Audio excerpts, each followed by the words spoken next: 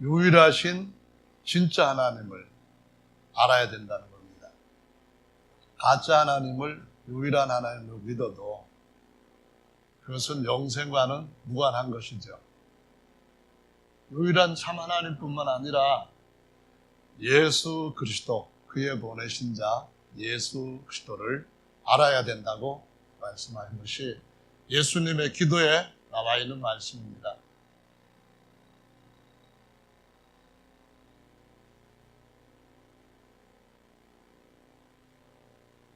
자, 한번 같이 읽어보겠습니다. 첫 번째, 유일하신 참 하나님을 아는 것, 영생이라는 것이고요. 두 번째, 유일하신 참 하나님이 보내신 그리스도를 아는 것. 그러면은 하나님은 보내신 분, 그리고 그리스도는 보내심을 받은 분. 그 다음 구절 읽어봅시다. 시작. 보내신 분만 오직 한 분의 참 하나님이신. 그 다음에 보내심을 받은 분은 하나님이 아닌 그리스도. 다시 말하면은 제사장, 왕, 선지자라는 사람이라는 겁니다. 보내심을 받은 분은 그리스도, 그리스도는 사람이다, 이런 말이죠. 그 다음 읽어보겠습니다. 시작. 아는 것이란 지식 더하기 연합함. 우리가 하나가 된 것처럼 저들도 우리 안에서 하나가 되게 해주십시오. 이것이 연합함입니다. 그래서 지식적으로 유일하신 참 하나님이 어떤 분인지를 성경대로 알고, 다음에 그리스도가 어떤 분인지를 성경대로 알아야 된다는 거죠. 신학에서는 얘기할 때 하나님을 아는 것을 신론이라고 합니다. 다음에 그리스도를 아는 것은 기독론이라 이렇게 말합니다. 그래서 신론과 기독론이 성경적이어야만 바로 영생을 아는 지식을 가졌다는 겁니다. 그런데 지식만을 갖는 것이 아니라 예수께서 오신 것은 그리스도와 하나님이 하나가 되신 것처럼 우리도 그 예수 그리스도 안에서 그와 같이 하나가 되게 하는 것을 영생이라고 하며 그것을 얻게 하시기 위하여 오셨다는 거죠. 자, 그러면은 이 유일하신 참 하나님을 알아야 되는데, 유일하신 참 하나님이 아는 여러 신들이 인류의 역사에서는 등장했고 많은 사람들이 그런 신을 믿었는데요. 창세기 10장까지 가보면은 모두가 다 유일하신 참 하나님을 믿습니다. 그런데 창세기 10장에 보면은 니므롯이라고 하는 그러한 함의 손자가 등장을 하죠. 함의 손자 니므롯이 등장을 하는데, 거기에 보면은 이렇게 니므롯과 니므롯의 아내와 그 다음에 니므롯과 세미라미스라는 아내의 아들 담무스라고 하는 신이 등장을 합니다. 비로소 사람들이 참 하나님을 떠나서 사람들이 만든 신들을 섬기기 시작을 한 거죠. 그렇게 해서 삼신이라고 하는 숭배가 시작이 되는 것이죠. 그것은 또 어디에서 같은 신들을 볼 수 있는가 하면은 이스라엘 백성들이 다음 많은 고난을 겪었던 그런 나라가 이집트라고 하는 나라이죠. 성경에는 애굽이라고 우리 한자식으로 표현됐는데, 애굽에도 보면은 호루스, 이시스, 셉이라고 하는 삼신들이 등장을 하죠. 이것은 창세기 10장에서 11장으로 넘어갈 때에 많은 사람들이 우상을 그냥 가지고 언어가 혼잡해지는 그 과정에서 그 신들을 가져가서 섬기는데, 명칭은 달라진 언어를 따라 각기 민족마다 나라마다 달라졌지만은 처음에 우상 숭배에서 가장 중요한 신이었던 삼신은 그대로 숭배를 받는 것을 볼 수가 있죠. 자, 기독교 안에서 삼위일체론의 기원이라고 한다면은 한번 첫 번째 문단을 읽어볼까요? 시작. 220년 전에 터툴리안이 아들과 성령도 각각의 하나님이라고 주장을 했어요. 그래서 삼일체론을 믿는 사람들은 그를 삼일체론의 아버지라 불렀습니다. 언제인가 하면은 220년경입니다. 이전에는 삼일체론이라는 말은 사실상 기독교 안에서는 전혀 없었던 것이죠. 많은 사람들이 하나님을 믿고 그리스도를 믿는데 그 많은 사람들 중에 한 사람이 이런 정도로 주장을 한 것이 기록에 남아있고, 그러다 보니까 삼일체론이 어디서부터 시작됐느냐 기원을 찾아가다 계속해서 올라갔는데 올라간 그 마지막이 여기에 정점을 갖고 뿌리를 갖고 있다는 거죠. 그 다음에 250년경에 오리겐인데요. 이 오리겐 또는 오리게누스라고 하는 이 사람은 굉장히 기독교에 영향을 많이 끼친 사람입니다. 이 사람은 기독교에서는 한편으로는 최고의 신학자라고 표현을 하고, 이 사람이 가졌던 신학이 오늘날까지 계속해서 어떤 방식으로든지 이어져 왔던 것을 볼 수가 있습니다. 그런데 좋은 가르침을 계속 계승했다면 이것은 좋은 일이지만은 사실은 오리겐이 주장했던 것을 보면은 이렇게 되어 있습니다. 한번 읽어볼까요? 성부는 성자보다 높고 성자는 성령보다 높고 세 계층의 신들을 합하여 삼위일체 신이라고 주장을 했고요. 더 나아가서 하나님은 사랑이시기 때문에 언젠가는 마귀도 구원을 받는다, 그렇게 주장을 했던 사람입니다. 그래서 만인 구원설 또는 모두가 다 구원받는다는 주장을 했던 사람인데, 예수님께서 영원히 불못에서 고통을 받는다 이렇게 말씀하신 것을 완전히 자기 신학으로 뒤집어 놓은 사람이죠. 신학뿐만 아니라 이 사람은 사실상 세상의 철학에 깊이 빠져있던 사람이었기 때문에 일반 세상의 철학자들도 오리겐의 조서들을 가지고 철학 공부를 하는 교과서로 사용하고 있습니다. 거기에 의미만 조금만 다르게 이면으로 뒤집으면은 이거는 우리가 가르치고 배우는 것과 똑같네, 그럴 정도로 이 오리겐은 기독교이자 또는 세상 종교에 같은 양다리를 걸쳤던 사람인데 엄청난 영향을 끼쳤고요. 그때가 한 몇십 년 지난 250년 경이었다라는 겁니다. 그러나 이것도 역시 나중에 처음에 시작은 얼마 안 되다가 나중에 그의 저술을 통한 영향을 점점 끼쳐가기 시작했다는 것을 이해하시면 되겠고요. 그 다음에 이제 로마 제국이 황제가 만든 제 삼일체론이 등장하는데요. 콘스탄틴이라고 하는 사람은 로마의 황제입니다. 이때 375년까지는 어떤 칭호를 사용했는가 하면은 폰티펙스 맥시무스라고 하는 칭호를 사용했는데, 이것은 바벨론의 제사장이라고 하는 칭호입니다. 이 칭호를 가지고 있는 콘스탄티누스가 기독교를 계속 핍박을 하다가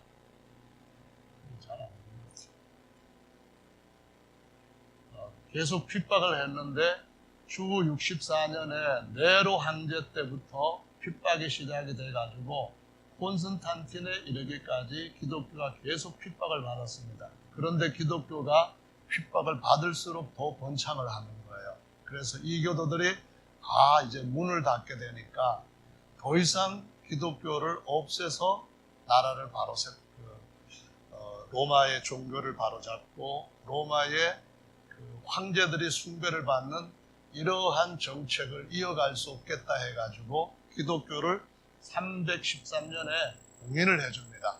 어떤 공인이냐 하면은 기독교도 우리가 믿어도 되는 하나의 종교다. 그래서 콘스탄티누스는 여전히 폰티펙스 맥시무스라고 하는 칭호를 가지고 이방 종교의 대제사장 역할도 하면서 기독교를 공인을 해주고 기독교를 자기의 정책에 맞는 그런 어영 기독교로 이제 하나씩 만들어가는 작업을 시작을 하죠. 그래서 이 어용 기독, 정치적인 목적을 따라서 왕의 입맛에 맞는 기독교를 세우고요. 로마에서 이제 조그마한 세방 사례로 시작을 한 겁니다. 그때 기독교가 믿었던 종교는 오직 유일한 종교, 유일한 하나님이었습니다. 그런데 이교도들이 믿는 종교는 아까 바벨론이나 이집트에서 본 것처럼 삼신을 믿는 종교였죠. 그래서 일신교인 기독교와 삼신교인 이교를 같이 융합을 해서 프로테스탄트 황제가 원하는 종교를 만들어가는 이 작업이 4세기경인 300년부터 본격적으로 일어나게 됩니다. 자, 그래서 제왕이 자기 휘하에 어용 기독교 몇 개가 있었는데 알렉산드리아라든가 아니면은 로마 이런 지역에 몇 개가 있었습니다. 그 몇 개의 어용 기독교 외에는 로마 전역에뿐만 아니라 동방에도 굉장히 말로 표현할 수 없을 만큼의 진실한 기독교인 성도들이, 교회들이 존재했습니다. 그런데 알렉산드리아 교회에서 도권 싸움이 일어났을 때에 이 문제를 해결하기 위해 가지고 325년에 콘스탄틴이 경비를 다 대주면서 소집령을 내립니다. 다 모여라 그러는 거예요. 모여가지고 한 220여 명의 감독들, 장로들, 집사들이 모였는데 여기에 모이지 않았던 로마의 진실한 감독자들의 수는 수십만 명도 더 됩니다. 그러니까 아직까지 어용 기독교는 조그만 새빵사리보다도 더 못한, 그러니까 아주 큰 밭에 조그맣게 가라지가 시작되는 것 같은 상황이었습니다. 그래서 이 325년 니케아에서 어떤 결정을 하게 되는데요. 그때의 알렉산드리아의 감독이었던 알렉산더와 알렉산드리아 교회의 장로였던 아리우스가 같이 싸웠는데 그것을 황제가 어떤 편을 들어주면서 편을 들어준 것이 진리로 자리를 잡게 됩니다. 거기는 예수는 성자 하나님이다 하는 알렉산더의 주장이 있었고요. 예수는 하나님보다 열등하다 그러는 아리우스 장로의 주장이 있었는데 콘스탄티누스가 알렉산더의 손을 들어주어서 비로소 325년에 성부 하나님과 성자 하나님이라는 교리가 자리를 잡게 되었습니다. 그런데 아직까지 삼일체론이라고 하는 것은 다 정립이 안 된 상태였는데 그 다음에 다시 싸움이 일어났는데 381년에 콘스탄티노플 회의에서 성령도 동등한 삼위 하나님이다라는 결정을 내림으로써 결국 삼위일체론이 이제 비로소 공식적인 정립을 하게 됩니다. 그 이전까지는 삼위일체론은 사실상 교회 안에서 로마 황제가 주도하는 몇몇 사람들이 믿는 정도의 그러한 신론이었다고 하는 사실이 역사적인 진실입니다. 그리고 431년의 에베소 회의에서는 다시 로마 어용 기독교가 마리아를 성모라고 하는 자리를 주면서 아들 하나님을 낳은 어머니 하나님이다라는 자리를 잡게 해줍니다. 그래서 결국 오늘날 천주교가 믿고 있는 성부 하나님, 성자 하나님, 성령 하나님, 성모님 이렇게 세 가지의 숭배를 받는 대상들이 정립이 됐다 그 말씀입니다. 자, 그러면은 다시 한번 325년, 381년에 정립됐던 그 삼위일체론을 그림으로 한번 보시면 좀 더 쉽게 이해가 될 것으로 보입니다. 여기에 보시면은 정일곤이라고 하는 박사가 주장했던 내용을 앞에 그림으로 사파로 이렇게 표지를 한 것이 있는데요. 아름다운 이권과 함께 삼위일체 신비를 묵상합니다. 이렇게 붙인 것이 있는데요. 삼위일체 하나님과 함께 이런 내용이 있고요. 이것은 한국의 안성탕면, 안성시에 보면은 양성면이라고 하는데 천주교가 성지라고 하는 미리네라고 하는 지역이 있습니다. 거기에 보면은 이렇게 삼위 하나님의 상을 만들어 놨는데 성삼상이라고 부릅니다.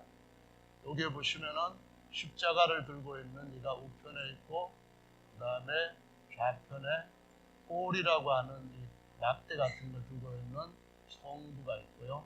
그 뒤에 성령이라는 비둘기 같은 모양이 있는 모습입니다.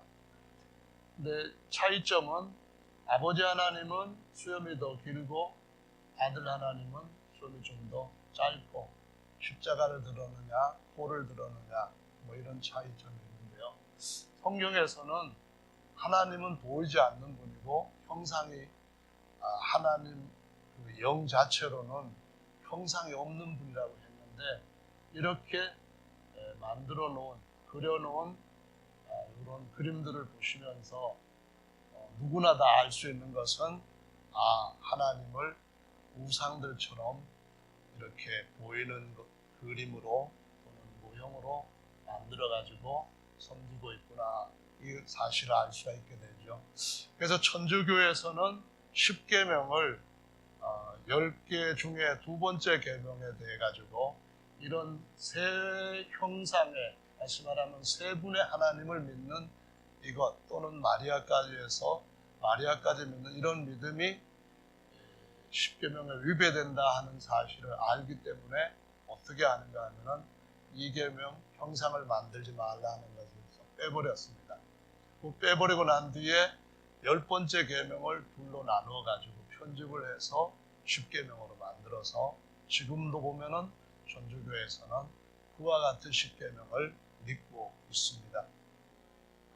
이걸 도형으로 그려서 보신다면은 이렇게 되어 있는데요. 오늘날 구교라고 하는 로마 가톨릭교 또는 천주교와 개신교가 믿고 있는 그 삼위일체 신에 대한 것을 이렇게 도형으로 표현을 합니다. 중앙에 있는 이것은 하나님이고요. 여기 성부 하나님, 성자 하나님, 성령 하나님이라고 하는 존재인데, 성부 하나님은 하나님이다. 성부는 하나님이다. 그래서 Father is God 이렇게 해석을 하시는 겁니다. 그 다음에 The Son is God, 아들도 하나님이다 그 말이고요. Holy Spirit is God, 그래서 성령도 하나님이다 그런 말이에요.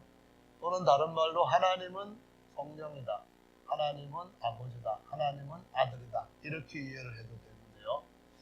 다음에 서로 연결되어 있는 이 부분은 아버지 하나님과 아들 하나님은 다른 분이다, 그래서 is not 이렇게 표현하고요. 성자 하나님과 성령 하나님도 각기 다른 분이다, 역시 is not이고요.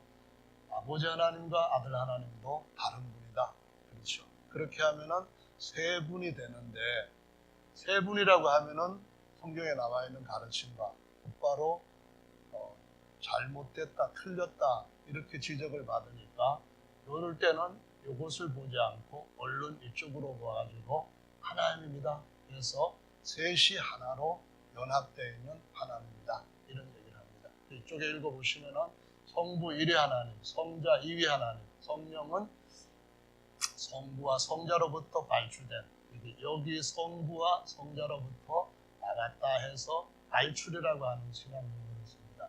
제3위 하나님, 성자도 성부와 성자는 다른 인격, 다른 분 이렇게 쭉 나오는데, 중요하게 강조하는 것은 세 분이 아니고 한 분이라는 겁니다. 근데 각각 다른 분이라 했으니까 세 분이 되잖아요.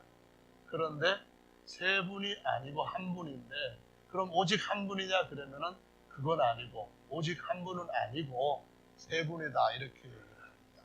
그래서 오늘날까지 삼일체를 믿는 사람들, 신학자들, 목사들 굉장히 많습니다. 그리고 이것을 몇십 년 동안 가르친 분들도 많습니다. 그런데 그 많은 사람 중에 단 한 명도 삼일체에 대해서 이것이 바로 삼일체다 하면서 자신 있게 설명할 수 있는 사람은 없습니다. 왜냐하면 세 분이었다가 한 분이 되고, 한 분이었다 세 분이 되니까 도무지 풀 수 없는 수수께끼라는 겁니다. 그래서 모두가 하는 최종 결론은 사람의 이성으로는 깨달을 수 없으니까 그냥 무조건 믿어라, 그렇게 말합니다. 그런데 오늘 함께 읽은 성경 말씀에 보면은 예수님께서 영생은 유일하신 참 하나님과 그의 보내신 자 예수 그리스도를 아는 것이 영생이라고 말합니다. 모르고 믿으면 안 되고 알아야 되는 이유는 그래야 영생을 얻기 때문입니다. 아멘. 네, 그 다음 개신교가 믿는 삼일체로는 313년 이후에 돌리기 시작되었다고 보시면 되는데요. 그리고 1200년 정도 지나서 1517년에 가톨릭교의 사제였던 루터가 면죄부 파는 것에 대해서 반대해서 면죄부 파는 것은 우리 가톨릭 가르침에 맞지 않는다. 그렇게 95개의 반대 조항을 게시판에 다 붙였는데 그것 때문에 가톨릭교에서 쫓겨나게 되었습니다. 결국 그래서 가톨릭교에서 나온 개신교라고 하는 루터교를 세우게 되고요. 한 30년 정도도 지나지 않아서 칼빈에 의해서 한국에서는 많은 장로교가 시작이 됩니다. 그러니까 이 개신교의 역사를 따져보면 몇 년밖에 안 되냐면은 500년 정도밖에 안 됩니다.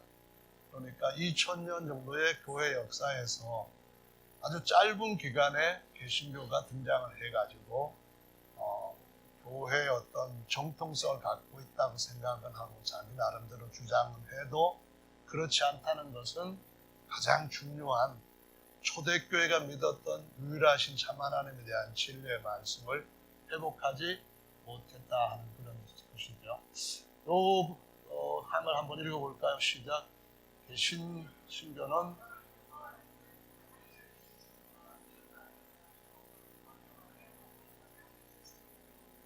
네, 천주교, 구교와 개신교의 신론의 차이는 마리아를 믿느냐 안 믿느냐 이 차이밖에 없이 똑같습니다.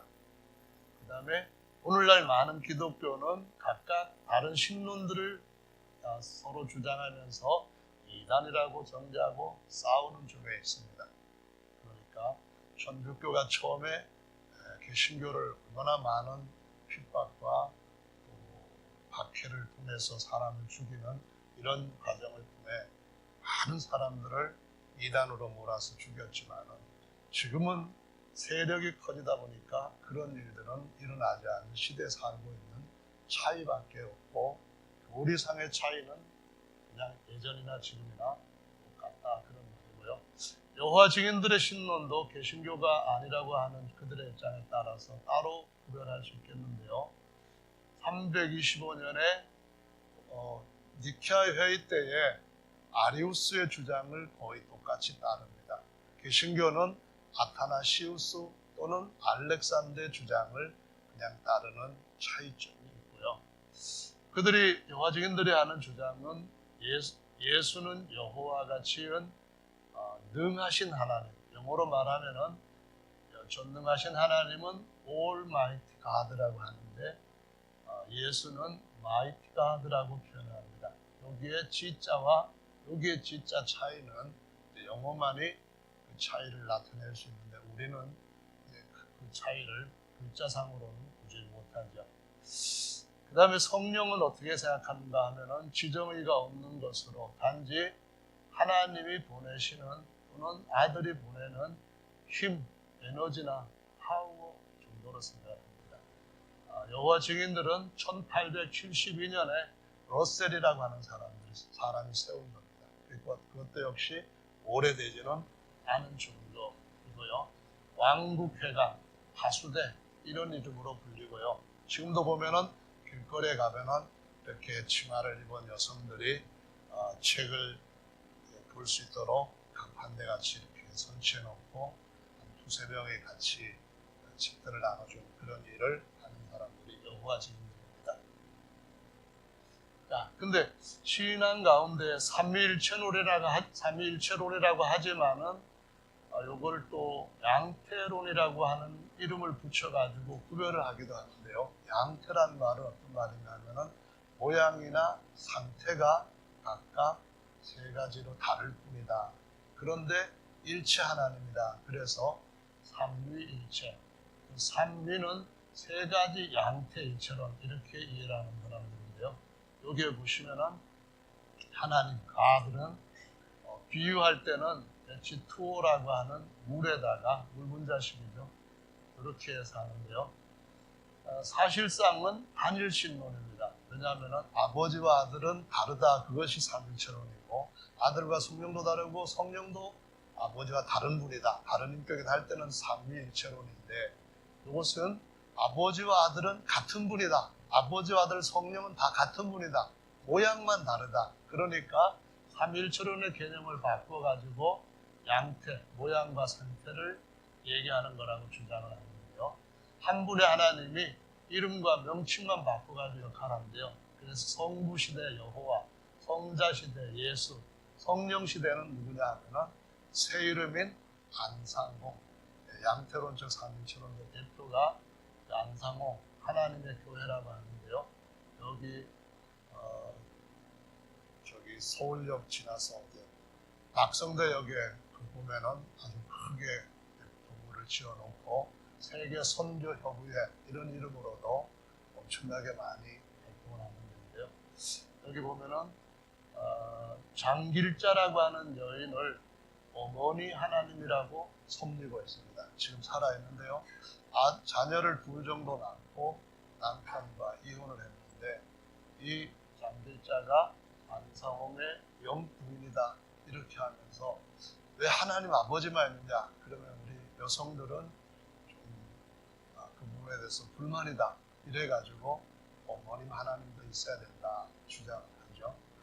하나님께서 자기 형상으로 아담을 만드셨고 하나님께서 아담뿐만 아니라 자기 형상으로 하와도 만들었는데 그러면 남자의 형상이 있다면 여자의 형상도 있어야 되지 않느냐. 그래서 장길자를 어머니 하나님이라고 주장을 하고 지금도 살아있습니다. 그 다음에 이제 양태론적 율신이 있는데요. 이 양태론적 율신은 하나님은 오직 한 분입니다. 그렇게 믿어요. 그 한 분이 아버지 역할을 하고 아들 역할도 하시고 성령 역할도 하시는 신론을 양태론적 삼위일체론 이렇게 얘기를 합니다. 이걸 비유로 할 때 한 사람이 아버지, 아들, 남편 역할을 할 수 있는데 그럴지라도 세 분이 아니라 한 분이라는 겁니다. 같은 한 사람이라는 거죠. 제가 제 아내한테는 남편, 그리고 제 아들한테는 아버지, 교회에서는 목사. 그러지만 세 사람이 아니라는 거죠. 한 사람인데 이와 같은 것이 양태론적 율신이라고 부르는 건데요. 이걸 갖다가 물로 아까 비유했던 하나님의 교회라고 하는 안상파에서도 주장한 것처럼 물이 상온에서는 액체, 영하에서는 고체, 또 시상에서는 기체. 모양이 달라지지만 H2O라고 하는 분자식은 본질적으로 같다. 그래서 이렇게 양태론적으로 믿는 분들도 많이 있습니다. 하나님이 아들의 역할을 하는 것이라면 어떻게 되느냐 하면요. 한 분 하나님이 아버지 역할을 할 때에 아버지 하나님이라고 부르는 겁니다. 한 분 하나님이 아들 역할을 하게 되면은 그러면은 아들 하나님이 되는 거예요. 한 분 하나님이 왕 역할을 하면은 왕 하나님, 왕이신 나의 하나님 그렇게 되는 거예요. 그러니까 아들 하나님이라는 교리가 양태론적 이런 이해에서는 그대로 또 따라 나올 수밖에 없다. 그런 얘기고요. 로마서 8장에 보면은 성령이 친히 우리를 위하여서 말할 수 없는 탄식으로 아버지께 간구한다라는 말씀을 하셔요. 그러면은 성령이 한 분 하나님이 하는 역할이다. 이렇게 주장을 하는 대로 따르자면 하나님이 자기가 자기한테 기도하는 거예요. 나한테 내가 하나님 아버지 저 사람들을 불쌍히 여겨 주시옵소서. 그러면은 또 자기가 내가 불쌍히 여기노라 이렇게 되는 거니까 그거 갖다가 모노드라마를 한다 할 수 있는 거죠. 원맨쇼를 한다 그렇게 할 수 있는 건데, 하나님이 하나님 자신한테 기도한다는 것은 원천적으로 오릴 수밖에 없습니다. 기도는 누가 하는가 하면은 사람이신 그리스도께서 아버지, 하나님이신 아버지께 기도하는 것이다 하는 거죠. 자, 그래서 325년에 이 니케아 회의가 있고 381년에 다시 콘스탄티노플 회의가 있고, 그 다음부터는 엄청나게 많은 사람들이 이제는 황제가 만든 종교에 의해서 죽임을 당하게 됩니다. 그래서 한 1200년 정도 동안에 예수님께서 아버지시고 아들이시고 성령이시다는 초대교회 가르침대로 따르는 많은 사람들이 순교를 당하고, 뿐만 아니라 천주교의 가르침을 따르지 않는 사람들도 함께 순교를 당했는데, 그 숫자를 동그라미 수를 잘 못 쓰는데요, 5천만 명 정도 된다고 합니다. 한 1000년 동안에 이렇게 많은 사람들이 순교를 당했다고. 이것은 침례교에서 나온 42번 인쇄될 정도로 유명한 책에 나오는 자료에 나와 있는 그냥 믿을만한 것이죠. 자, 그러면은 진짜로 성경에서 뭐라고 말씀하시는지를 보는데요, 하나님이 친히 증언한 말씀을 먼저 보십니다. 출애굽기 말씀인데요, 3장 15절 같이 읽어보겠습니다. 하나님이 또 모세에게 이르시되 너는 이스라엘 자손에게 같이 이르기를 나를 너희에게 보내시는 아브라함의 하나님, 이삭의 하나님, 야곱의 하나님 야훼라 하라. 이는 나의 영원한 이름이요 되도록 기억할 나의 표본이라. 이 말씀은 아까 말했던 바벨론 종교의 하나님이 이 참 하나님을 섬길 사람이 누구냐 불렀을 때에 아브라함과 그의 아버지 데라가 저희들이 섬기겠습니다 하고 하나님 앞에 부르심에 응답을 했어요. 그래, 그러면은 바벨론에서부터 나가서 따로 나를 섬겨라 했더니 하란까지 이주를 했어요. 이 하란까지 이주를 했는데, 하란에서 다시 아브라함의 아버지 데라가 우상숭배에 또 빠져버렸어요. 그래서 하나님이 아브라함한테 너는 본토 친척 아비집을 떠나서 내가 지시하는 땅으로 가라. 그래서 그때부터 아브라함의 후손들을 선민, 참 하나님을 섬기는 선민이라 하고, 그냥 우상, 삼신들을 섬기는 사람들을 내 자식이 아닌 것처럼 그냥 내쳐버린 이방인이라고 불러요. 그래서 이방인들한테는 세 가지가 없는데, 자기들이 만든 신들은 많지만 참 하나님이 없어요. 두 번째로는 그 하나님과 소망을 갖도록 언약을 주신 것이 참 하나님의 백성들한테는 있는데, 참 하나님이 없는 데다가 가짜 신들이 뭘 해줄 수 있는 능력이 없으니까 언약이라고 하는 것이 없어요. 그래서 언약이 있어야 믿음이 오는 것이고, 믿음은 장래에 완전하게 이루어질 것이기 때문에 기다리면서 계속 하나님과 동행하여 사는 삶을 의미하는데, 그걸 갖다가 소망으로 구원을 얻고 언젠간 소망을 이루게 된다라고 성경에서 말씀하셔요. 근데 이방인들한테는 소망이 없어요. 왜냐하면 나중에 죽으면은 영원한 심판이 죄악을 집어넣을 그곳에, 사탄 마귀를 집어넣을 그곳에 던져지는 거기 때문에 예수님이 그걸 위하여서 친히 우리 대신 모든 저주를 주셨는데, 그런 하나님의 약속을 믿지 않고 거부를 하니까 소망이 없는 거예요. 근데 우리한테는 진짜 안전한 살아있는 소망이 있습니다. 그 소망이 바로 영원히 예수님의 형상 같은 영광의 형상으로 부활될 소망, 하나님의 모든 것을 물려받을 하나님의 후사가 될 소망, 이런 소망이 있다는 거예요. 그래서 오늘은 그냥 성경에 있는 내용들만 쭉 읽으면서 자세한 다른 얘기들은 덧붙이지 않으려고, 가능한 덧붙이지 않으려고 해요. 이제 가장 중요한 것은, 그래서 하나님이 사람들이 자꾸 엉뚱한 걸 믿으니까 하나님이 직접 작업을 해가지고 모세한테 주신 것이 있어요. 두 번 쓰셨는데 똑같은 내용을 쓰셨어요. 어디다 쓰셨는가 하면은 십계명이라 해가지고 돌판에다가 돌비석에다가 새겼어요. 그것이 출애굽기 20장 말씀에 보면은 1절로 3절에 나와 있어요. 같이 읽어볼까요? 1절 시작.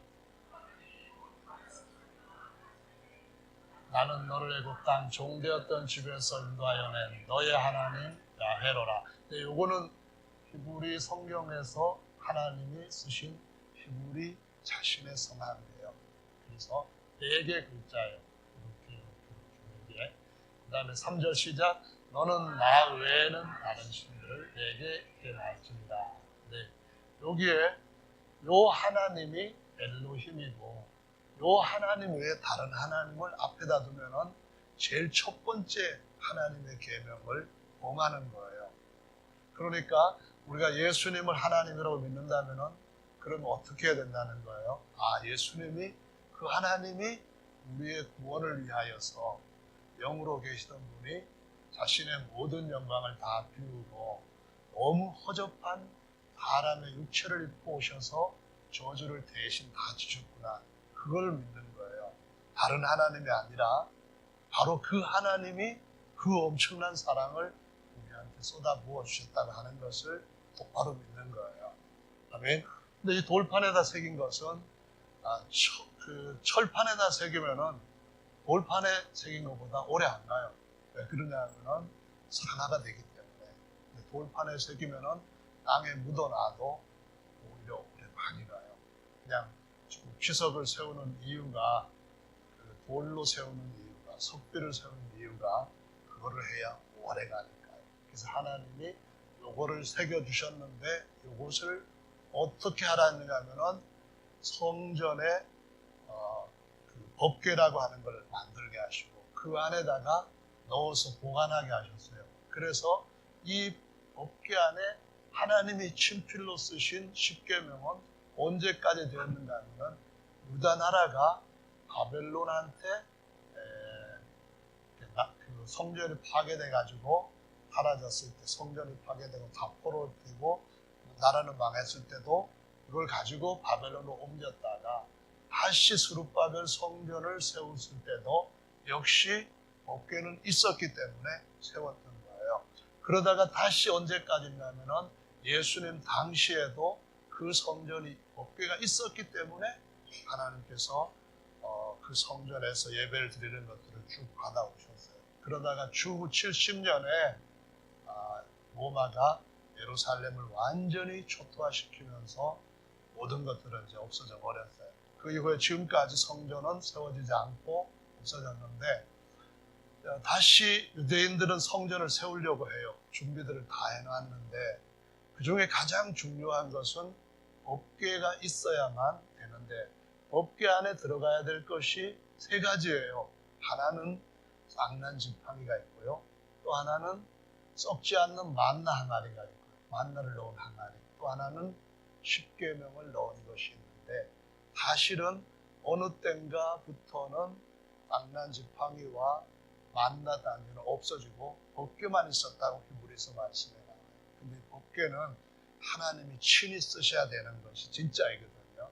근데 이것이 없어요. 그 말은 법궤 안에 있던 부활과 또 법에 대한 십계명판과 그 다음에 이 먹을거리였던 만나는 예수님이 바로 그것의 실체, 진짜 부활이고 진짜 생명의 성령의 법이고 진짜 영원히 살게 하는 참떡이라고 하는 것을 보여주신 것에 불과한 거예요. 그래서 누구든지 예수님을 그 안에 모셔드리면 진짜 성전이 되는 거예요. 여러분 여기는 정말 대단한 성전으로서 하나님께서 구하시는 중요한 분들이 계시는 건데요. 이걸 우리가 모르는 많은 사람들한테 잘 알려야 될 거라고 생각합니다. 자, 하나님께서 주시는 건데요. 법궤. 목숨을 다해서 지키라 하신 말씀이에요. 이거 한번 읽어볼까요? 시작. 그의 아래는 두 돌판 외에 아무것도 없으니 이것은 이스라엘 자손이 애굽에서 나온 후 야훼께서 저희와 언약을 세울 때 모세가 호렙에서 그 안에 넣은 것이더라. 그분이 창세기보다 먼저 기록한 최고의 계명 말이에요. 무슨 얘기냐면 이 마지막 멘트는 정말로 구약 성경 창세기부터 말라기까지 이 모든 말씀이 어떤 말씀에 근거해서 이해를 해야 되느냐 하면은 하나님이 제일 먼저 기록하신 십계명에 근거해서 이해를 해야 된다는 거예요. 특히 하나님을 섬길 사람들이 하나님이 어떤 분인지 알려고 한다면은 십계명의 제일 계명에 하나님이 친필로 써주신 나 야훼 외에 다른 하나님을 내 앞에 있게 하지 말라. 목숨 걸고 다른 하나님 섬기지 말라. 목숨 걸고 나 야훼만 섬기라. 그런 거예요. 근데 오늘 찬송에서 보면은 가사에도 보면은 예수만을 위하여 뭐 이렇게 돼 있는데 그것은 뭘 의미해야 되느냐 하면은 그 야훼 하나님이 진짜 구원자가 되셔서 우리에게 오신 새로운 이름으로 완전한 이름으로 예수이시구나 이거를 아는 것 이것이 바로 영생의 첫 번째 걸음이라고 가르쳐 주시고 있습니다. 아멘. 자, 그 다음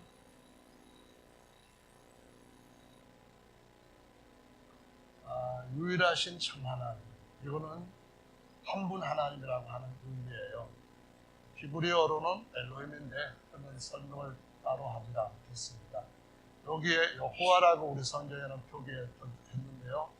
야훼라고 하는 것이 좀 더 정확한 발음이라고 알려져 있어요. 야훼는 엘로힘의 성함이다. 다음에 엘로힘, 이것은 히브리어로 엘로힘이에요. 엘로킴인데요. 엘로힘은 직함이고 야훼는 뭐냐? 성함이다. 그런 말이에요. 하나님, 주님, 또 왕, 또는 남편, 또는 구원자, 또는 반석, 모든 것들은 다 하나님이 워낙 유명하시니까 직함을 많이 갖고 계셔요. 그런데 그 하나님의 성함은 한 가지나 두 가지가 되는 거예요.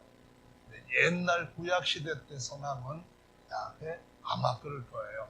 아까 여기에서 보시는 것처럼 이렇게 표기해 줬는데 이거는 전부 다 자음이에요.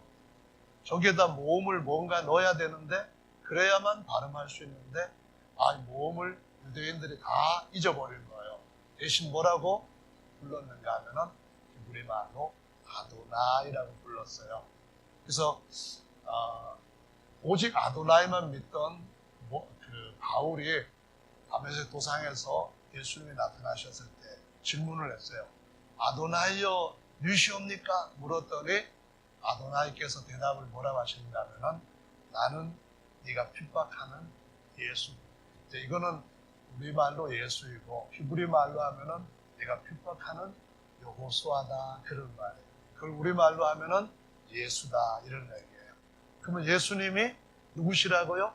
그 야훼 하나님이 육신을 입고 내가 너희를 죄 가운데서 구원해 주겠다 하셨던 유일한 구원자라는 직함을 가지고 예수라는 성함을 가지고 오신 바로 창조주 하나님 그분이시다 이 말씀이에요. 아멘. 그래서 성경은 뭐라고 우리에게 가르쳐 주십니까 하면은 천하 인간에게 다른 이로서는 구원을 얻을 수가 없다라는 말씀입니다. 아멘. 구원받을 만한 다른 이름을 우리에게 주신 일이 없다 이렇게 말씀하셔요. 그래서 무슨 성함밖에 없다고요? 예수. 그래서 예수라는 이름은 야훼는 나의 원 이런 뜻을 갖고 있는 성함이다 그런 말씀이에요. 자, 한번 신명기 4장의 말씀인데 같이 읽어보실까요? 시작.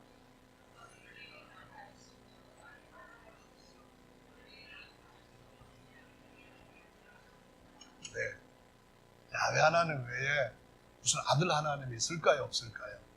저것 보고 대보시면 돼요.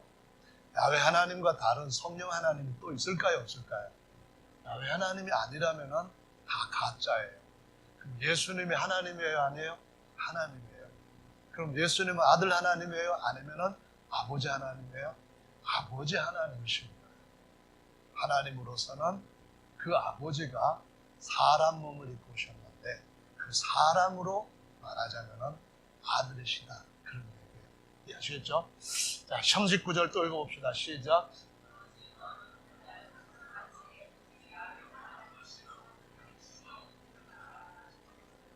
명심하고, 명심보감에 나오는 말은 아니에요. 성경에 나오는 말인데, 야훼 하나님 외에 다른 하나님이 없다는 사실을 명심해야 돼요. 절대 명심해야 돼요. 초대교회가 보고 믿었던 성경은 오직 구약성경밖에 없어요. 구약성경 전체에서 아담으로부터 시작해서 말라기 때까지, 그 예수님으로부터 시작해서 한 220년경까지 교회 안에서 삼일체라고 하는 신을 섬겼던 예는 하나도 없어요.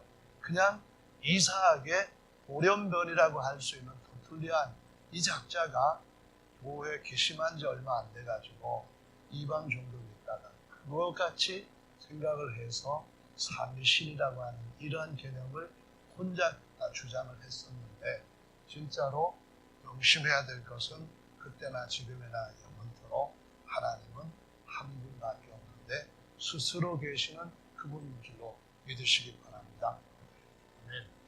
쉐마란 말은 앞에 있는 말이에요. 들으라 이 뜻이거든요. 쉐마 이스라엘 하면은 이스라엘아 들으라 이 말이에요. 한번 4절부터 여기까지 힘차게 읽어봅시다. 시작. 이스라엘아 들으라. 너는 마음을 다하고 성품을 다하고 힘을 다하여 내 하나님 야훼를 사랑하라. 오늘날 내가 내게 명하는 이 말씀을 너는 마음에 새기고 내 자녀에게 부지런히 가르치며 집에 앉았을 때든지 길에 행할 때든지 누웠을 때든지 일어날 때든지 이 말씀을 강론할 것이며, 너는 또 그것을 내 손목에 메어 기호를 삼으며 내 미간에 붙여 표를 삼고 또 내 집 문설주와 박간문에 기록할지니라. 이건 지금도 우리가 하나님의 백성이라고 한다면 우리 자녀들한테 절대로 한 분 하나님 외에 다른 신 없다는 걸 가르쳐야 돼요. 그 유대교와 기독교의 차이점은 뭐냐면은 그 하나님이 사람의 몸을 입고 사람들 가운데 오셔서 하나님과 그리스도가 되셨다는 거예요. 하나님과 사람이 되셨다는 거예요. 그래서 지금도 유대인들은 한 분 하나님은 그대로 야훼밖에 없다고 믿지만은 예수님이 그리스도라고 믿지는 않아요. 왜 안 믿냐면은 예수님이 너무 초라한 모습으로 오셨으니까 다윗의 자손으로 왕노릇할 자에는 미치지 못한다. 그래서 아무리 많은 기적을 행했어도 배척을 하고 앞으로 메시아가 진짜 올 때까지 약속 메시아 오라고 기다리면서 저기 예루살렘 성벽 무너진 데서 기도하고 있는 모습을 아마 사진으로 보셨을 거예요. 근데 저 그리스도는 그때 유대인 중에 한 사람으로서 대단한 영광과 권세를 가지고 나타나는데, 그때 유대인들은 덥석 메시아 맞구나 하고 영접한다는 거예요. 그래서 기독교와 유대교의 차이는 하나님을 믿는 신론에서는 똑같아요. 참 기독교의 것은 구약용 우리 그대로 믿으니까요. 자, 그래서 유대인들은 지금도 어떻게 하냐면요, 여기 보면은 여기 뭐 같아요? 뿔난 것 같죠? 아버지가 아들한테 요거를 착용하는 법을 가르치네요. 유대인들은 13살이면 남자는 성인식을 하고 성인으로 대우해줘요. 그들이 이제 안식일 날 회당 같은 데 모이면은 기도할 때에 여기에 있는 조그만 상자값인데 테필린이라고 불러요. 상자니까 그 안에 뭘 넣는 거겠죠? 뭘 넣느냐 하면은 아까 조금 전에 화면에서 쉐마 이스라엘 했을 때 이스라엘아 들으라 하면서 우리 하나님 야훼는 유일하신 야훼신이라. 야훼가 아버지 하나님 야훼, 아들 하나님 야훼, 성령 하나님 야훼 그런 게 아니라 오직 하나인 야훼이십니다. 그 성경 구절을 여기 안에다가 떠가지고 넣었어요. 아까 신명기 6장 말씀 보면은 앉았을 때나 일어섰을 때나 길 갈 때나 누울 때나 무슨 어느 때든지 가르치라고 했잖아요. 문설주에도 기록하라고 했잖아요. 요것이 보면은 내주자라고 하는 건데 문설주에 붙이는 거예요. 요 붙이는 것이 지금 어떤 것과 비슷하냐 하면은 자동문 열 때 보면은 여기 터치하는 게 있죠. 무한하게 꾹 누르면은 문이 쫙 열리잖아요. 그보다 조금 높은 위치에다가 유대인들은 예주자가 문설주인데 이게 문이라고 한다면은 이 정도 높이에다가 붙여요. 여기에도 역시 한 분 하나님에 대한 성경 구절이 들어가 있어요. 이렇게 열어보면은 그 말씀에 들어가 있는 거를 갖다가 붙이고 나갈 때도 이렇게 키스하는 거예요. 들어올 때도 이걸 하고서는 키스하는 거예요. 그게 무슨 말이냐면은 오직 너는 마음을 다하고 뜻을 다하고 성품을 다하고 힘을 다하여 주 너의 하나님 야훼를 사랑하라 하는 명령대로 오직 한 분 하나님만 사랑하겠다는 거예요. 그 유대인들한테 우리가 해야 될 일은 예루살렘에서부터 전파된 예수님과 예수님의 복음이 전 세계를 동서로 남북으로 뺑뺑 돌아가지고 다 전파되고 난 뒤에 다시 유대인들한테 이 진리의 복음, 이 진리의 예수님이 전파되면 예수님 오신다. 그 말씀. 이 복음이 땅 끝까지 전파되어야 하리니 그제야 끝이 오리라 하셨거든요. 그래서 여기 우리 가운데서도 저기 유대 땅 예루살렘으로 선교사가 나가야 되는데 누가 나가실 건지 꼭 하나님 앞에 기도하셔야 돼요. 말을 못한다, 그거는 문제 안 돼요. 왜냐하면 폭력기 들고 가면 되거든요. 진짜로 하나님에 대한 사랑과 영혼에 대한 책임과 사랑을 갖고 있다면 누구든지 그 사명은 감당을 해야 될 것으로 믿습니다. 신명기 이것은 뭔 얘기냐 하면은 하나님이 모세한테 내 백성이 언젠가는 또 우상숭배에 빠질 거다. 그러니까 저들 입에다가 요 중요한 내 계명을 붙여놔라 했어요. 그게 뭐냐면은 노래예요. 노래는 우리 옛날에도 보면은 강강수월되는 뭐 이런 노래가 있어요. 그러다 보니까 요 노래는 입에서 계속 전승되고 그 조금 더 보면은 우리 어린 아이들도 뭐 울고 가는 저 기러기 우리선 뭐 그런 거 있잖아요. 그거 벌써 얼마나 오래된 진짜 좀 거시기한 그런 시대 노래인데 아직도 이거 부르는 것은 입에다가 가사로 붙여놓으면은 음률로 붙여놓으면은 오래 가니까 하나님이 모세한테 노래를 지어가지고 이 백성으로 다른 우상숭배에 빠지지 말게 하라 한 거예요. 같이 한번 읽어볼까요? 12절 시작.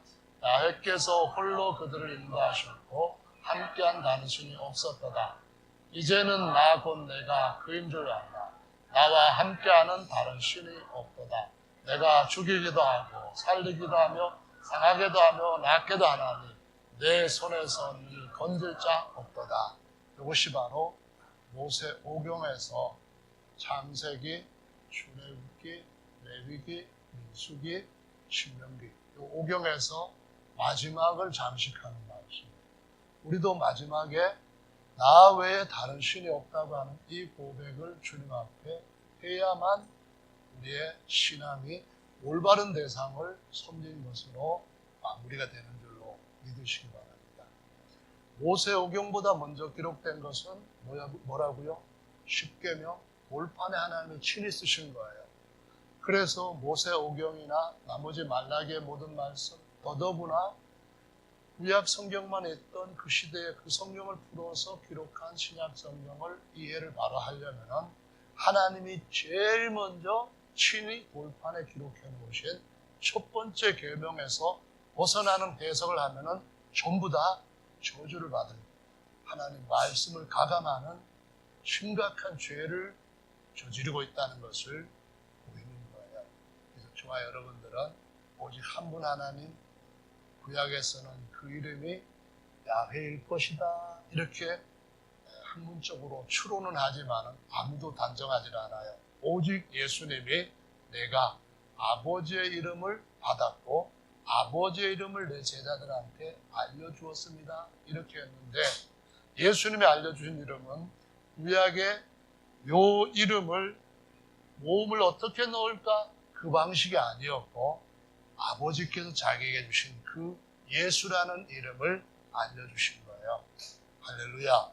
아브라함의 이름을 아브라함이라고 하신 것처럼 아마도 그 이름을 예수아라고 하는 구원까지 더해서 야훼는 나의 구원 곧 예수라고 하는 이름을 알려주셨어요. 그래서 이 이름이 마지막 계시록에 성도들 이마에도 새겨진다고 말씀하셨는데, 이거는 영으로 새긴 거니까 육체로 봐서는 찍어도 안 나올 거예요.